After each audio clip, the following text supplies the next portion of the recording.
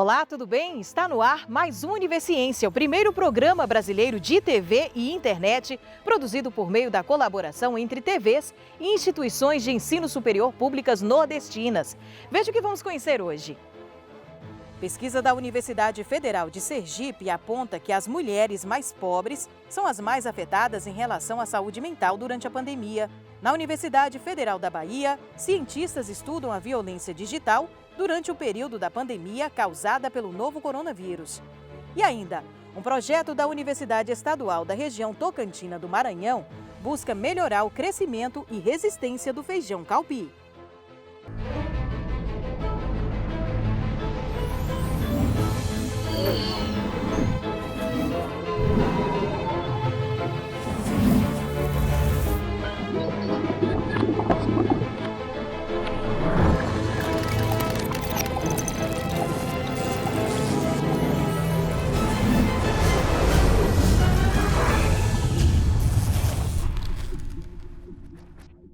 O coronavírus mudou o mundo que nós conhecíamos. Isolamento, crise econômica, o medo do desemprego e a própria ansiedade em relação à contaminação com a doença são alguns dos fatores que estão afetando a nossa mente nos últimos meses.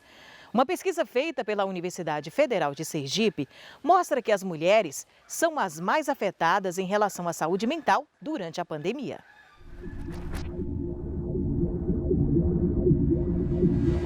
Eu coordeno junto com dois colegas o Centro de Investigação em Saúde, Atividade Física e Esporte, o CEIF. Dentro dos nossos grandes projetos, a gente vem trabalhando nas grandes pesquisas de saúde nacional, que é a Pesquisa Nacional de Saúde, e aí também a Pesquisa Nacional de Saúde do Escolar. Através dessas pesquisas em grandes bases que nós recebemos o convite para participar da Convide. Ela é hoje a principal pesquisa em termos de comportamento, de mudança de comportamento dos brasileiros ao longo da pandemia. Nós tivemos duas fases da Convide. A primeira fase ela foi feita com adultos, que ela foi logo no início da pandemia, entre os meses de abril e maio, que foi aquela primeira onda, né, onde as pessoas realmente tiveram que adotar a quarentena. Então as pessoas, elas passaram a fazer menos atividade física, ficar muito mais tempo em telas. Tivemos mudanças importantes, por exemplo, em hábitos negativos, né? Aumento de hábitos negativos, hábitos alimentares negativos, com aumento de produtos ultraprocessados, produtos açucarados, né? Esses produtos que têm uma maior facilidade de ser armazenado de uma maneira geral.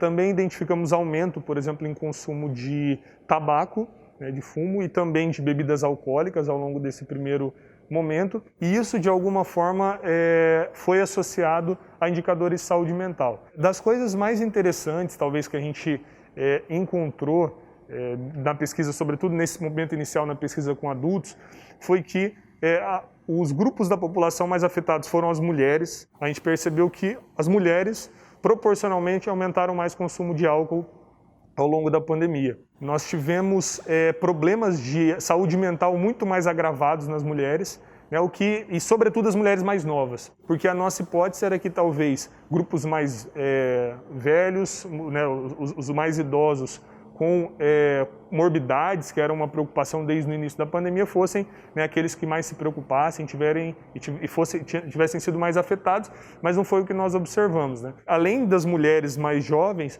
a gente também percebeu que aqueles grupos de menor nível socioeconômico foram também aqueles que tiveram indicadores prejudicados, como já era a nossa hipótese inicial. Então a gente viu que os adultos mais jovens eram aqueles mais afetados e falamos, poxa, mas nós não temos pesquisa de abrangência nacional com adolescentes. Então nós separamos, por exemplo, pessoas de 12, 13, 14 anos e depois pessoas acima disso, né? Sobretudo o grupo de 16 e 17 era aquele grupo que era o mais afetado, né? Então dentre os adolescentes, do grupo de adolescentes, os grupos mais velhos eram os mais afetados. Então percebemos também uma grande proporção de jovens que referiam um sentimento constante de tristeza, falta dos amigos, falta dos professores, sentimento de solidão, problemas mais relacionados também ao tempo de sono. E aí uma coisa que é muito interessante, sobretudo olhando para os jovens, foi essa mudança do perfil de comportamento que a gente já tinha como hipótese. Eles passaram a fazer muito menos atividade física. Para se ter uma ideia em termos de números, né? A gente tinha antes da pandemia em torno de 10 a 15% dos jovens que não faziam atividade física em nenhum dia da sua semana, e passamos a ter 40% dos jovens com essa proporção. Mas tão ou mais preocupante que isso foi o fato deles estarem em casa e as exposições às telas. Nós tivemos, por exemplo, mais de 60% dos jovens que participaram da nossa pesquisa que reportaram ficar mais de 4 horas em frente a telas diversas. Isso fora o período da escola, fora o período que eles estavam em atividades da escola, que também muitas vezes, né, nesse período de restrição, foi conduzido também em telas. A gente sabe que a exposição excessiva à tela, sobretudo em períodos noturnos, podem oferecer um prejuízo para o tempo de sono e a qualidade do sono dos jovens. E a qualidade do sono dos jovens, né, e das pessoas em geral, mas especialmente dos jovens, tem relação direta com indicadores de saúde mental. Quando a gente observa os dados, a gente consegue perceber que aqueles que foram os que mais foram expostos a tempo de tela foram os que tiveram maior redução da qualidade de sono e, consequentemente, maiores indicadores de saúde mental. Esses dados, inicialmente, eles nos mostram que há grupos na população que precisam de mais atenção em termos de políticas públicas, então aqueles grupos, por exemplo, de mulheres, de menor nível socioeconômico e mais jovens, e dos adolescentes também do sexo feminino e dos mais velhos, entre 16 e 17 anos, que é aquela fase mais crítica da adolescência. E ainda em relação ao coronavírus, depois do intervalo, cientistas da Universidade Federal do Ceará criam um aplicativo de celular com informações sobre o estado de saúde de pacientes internados com Covid. A gente volta já já.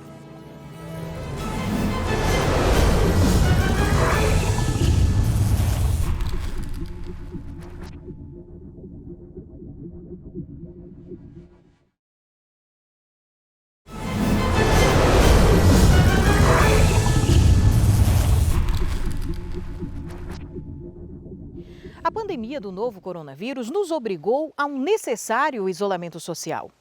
Em razão do distanciamento, muitas pessoas passaram a ter um ambiente online como local de estudo, trabalho, lazer e manutenção das relações sociais. Com isso, questões do universo virtual ficaram evidentes, desde as precárias infraestruturas de rede até as violências digitais. Atenta a estas questões, uma equipe de pesquisa da coletiva Periféricas e do Grupo de Pesquisa em Gênero, Tecnologias Digitais e Cultura da Universidade Federal da Bahia iniciaram a pesquisa Covid-19 Violência Digital de Gênero no Brasil durante a pandemia.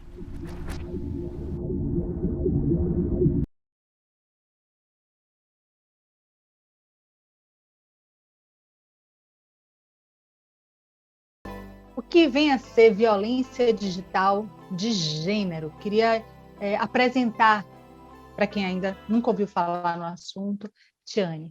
Tudo que acontece no ambiente da internet, a gente trata como ambiente digital, né? Então, todas as violências, seja um xingamento, seja uma perseguição, seja quando uma pessoa cria um perfil falso com a sua identidade, quando uma pessoa entra no seu e-mail sem a sua autorização, quando uma pessoa vai na sua rede social, xinga você, ofende você, quando isso recai sobre as mulheres, as violências são ainda maiores. E aí, se a gente também for racializar, a gente tem uma maior violência com as mulheres negras, com as mulheres indígenas, também quando se soma a essas violências a violência racista.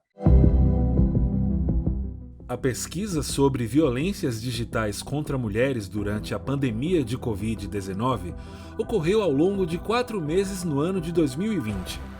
O informe, publicado pelo Coletivas Periféricas de Salvador e pelo Grupo de Pesquisa em Gênero, Tecnologias Digitais e Cultura, traçou um panorama dos principais crimes cometidos e suas tipificações. Essas violências sempre aconteceram, gente, sempre estiveram aí.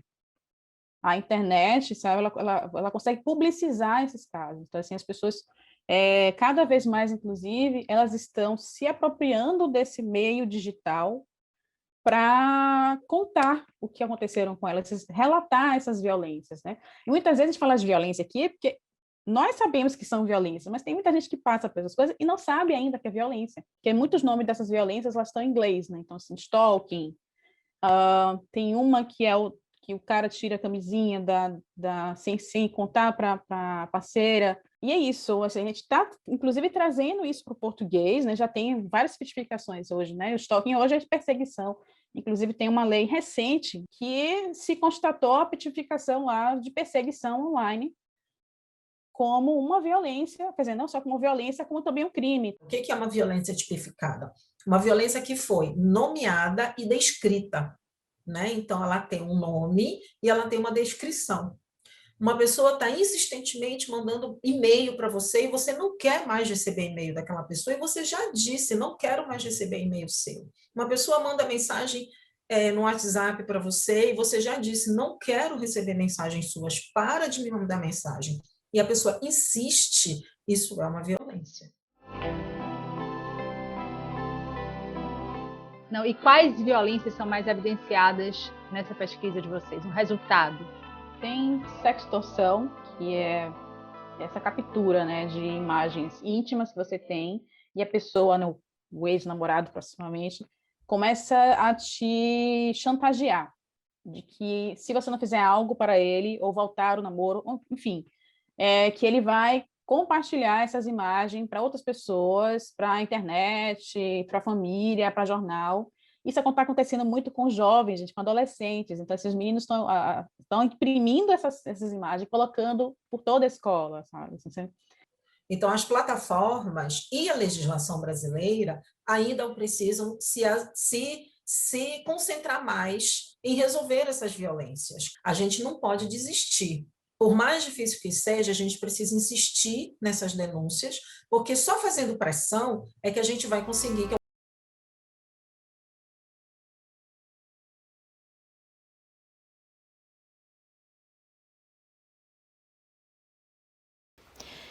Em meio a toda essa crise sanitária que a gente vive, as visitas aos pacientes nos hospitais precisaram ser suspensas ou controladas. Para frear o risco de contaminação, os acompanhamentos também foram interrompidos. Mas então, como saber ou acompanhar as notícias dos internados? A demanda levou cientistas da Universidade Federal do Ceará, em parceria com a Fiocruz, a criar um aplicativo de celular. O objetivo é fornecer informações dos pacientes internados para os seus familiares. É o Convive Social. A pandemia da Covid-19 levou os profissionais da área da saúde ao limite do cansaço. Os hospitais seguem funcionando em ritmo intenso, com um número de pacientes muito superior ao normal.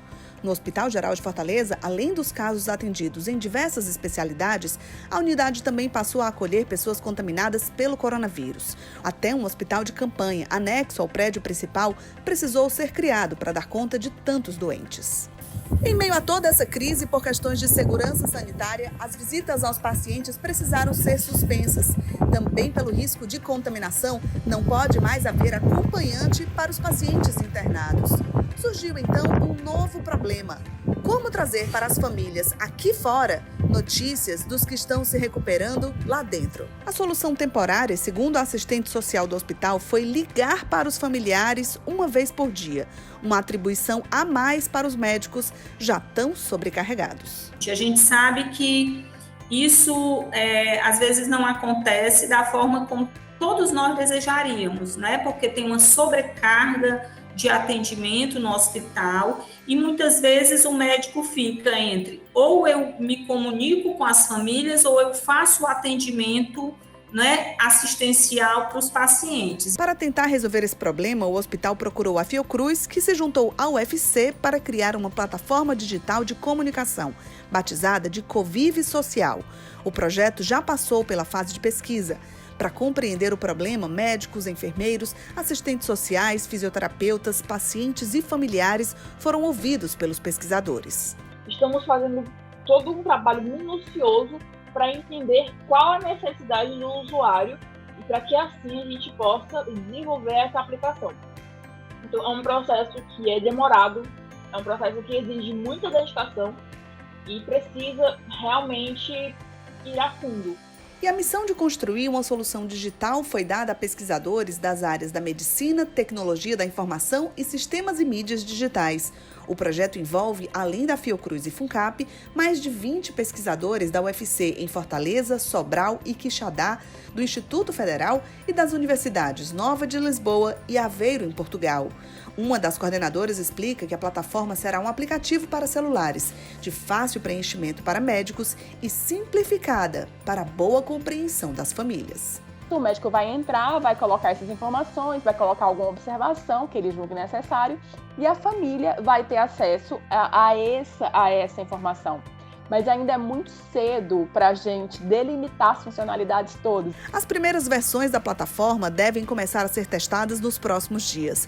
A expectativa, segundo o coordenador do projeto, é que essa nova forma de comunicação, criada especificamente para resolver a crise da Covid, fique como um legado da pandemia para a modernização dos hospitais. Está construindo uma plataforma para garantir a comunicação entre os hospitais e a família dos pacientes, não só para a Covid, mas a gente quer estender isso para as outras patologias. A gente quer criar uma plataforma de comunicação para os hospitais do Brasil e do mundo. A gente espera isso, né?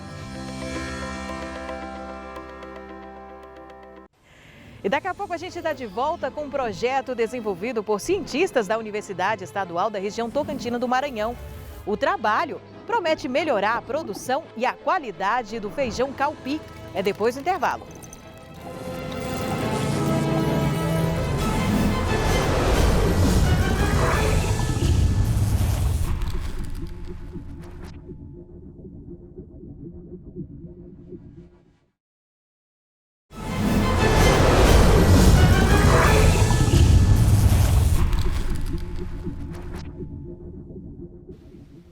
Com origem no continente africano, o feijão calpi é cultivado no Brasil desde o século XVI. O grão é um dos principais componentes da nossa mesa nas regiões Norte e Nordeste, especialmente na zona rural. No estado do Maranhão, além da produção para o consumo doméstico, o produto é fundamental na geração de renda para a agricultura familiar. Foi pensando nisso que cientistas da Universidade Estadual da região Tocantina do Maranhão deram início ao desenvolvimento de um projeto que busca melhorar o crescimento e resistência do feijão calpi por meio da utilização de um fungo. Vamos entender como funciona?